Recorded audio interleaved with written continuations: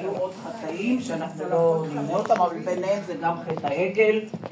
והרעיון הוא שלפני מתן תורה, שזה כמו כלולות בין עם ישראל לקדוש ברוך הוא, המטרה היא כאילו לשבת ולעזור לכלה במשך, להכין אותה ולשמח אותה במשך הלילה. כי אתם יודעים, כלות הן לא כל כך ישנות בלילה שלפני החתונה, ואחרי זה גם צמות, אז בכלל לא פשוט. אז אומרים שזה כמו תכשיטים, הלימודים האלה זה כמו תכשיטים שעונדים לכלה. אז זה דברי התורה למיניהם. יש כל מיני סדרים של תיקונים, אומרים שלומדים את כל התנ"ך, כל פרק, פסוק ראשון ואחרון, וגם גמרא. בקיצור, זה הרבה לימוד. וכן, כל אחד כפי יכולתו, ברור. אוקיי, אז אנחנו נמשיך. עכשיו, יש בעניין הזה של שבועות, כמה זה? קודם כל, מה השמות של שבועות? חג השבועות? חג הביקורים, חג מתן תורה, חג הקציר. כן, חג הקציר, נכון. הסיק וסתיו. חג הקציר זה חג חקלאי. עכשיו, איזה חיטה קוצרים, וזה אנחנו נראה גם במגילת רות. ואחרי פסח מיד קוצרים את השעורים. קציר חיטים. בדיוק. ואחרי 7 שבועות קוצרים את החיטים. ואז מגישים ביקורים את ימי קציר חיטים. עכשיו, 7 שבועות, למה סופרים 7 בספירת העומר? מפסח סופרים 7 שבועות.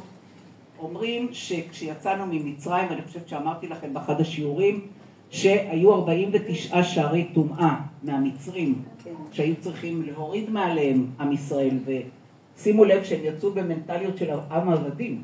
הם לא ידעו מה זה חופש, מה זה חירות אמיתית. לכן כל יום הם היו לומדים ונוהגים גם ללמוד פרקי אבות בתקופה הזאת, כדי להתאר, וכל יום מורידים עוד שער של טומאה ועוד שער של טומאה עד שמגיעים נקיים למתן תורה. אוקיי, אני ממשיכה. ביקורים, אז אנחנו כבר עשינו פעם את החידון של המינים, נכון? כן. אז מי יכול ככה לזרוק לי את השמות של 7 המינים? גפן, חיטה, שעורה, זית, שמן ודבש. זית, שמן ודבש. זית, שמן ודבש. זית, רימון, תמר, אמרתי את חיטה, שעורה, גפן, תאנה, רימון, ארץ, זית, שמן ודבש. זית.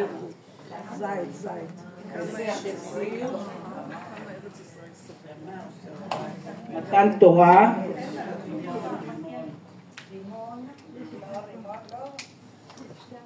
רימון זה ראש השנה. אנחנו מתקרבים למגילת רות. ראש השנה רימון. לא. לימון? מה פתאום? איזה לימון? הם אמרו רימון, רימון אמרו. לא רימון ולא לימון. אוקיי. עכשיו, שאלה. איך דוד המלך קשור לשבועות?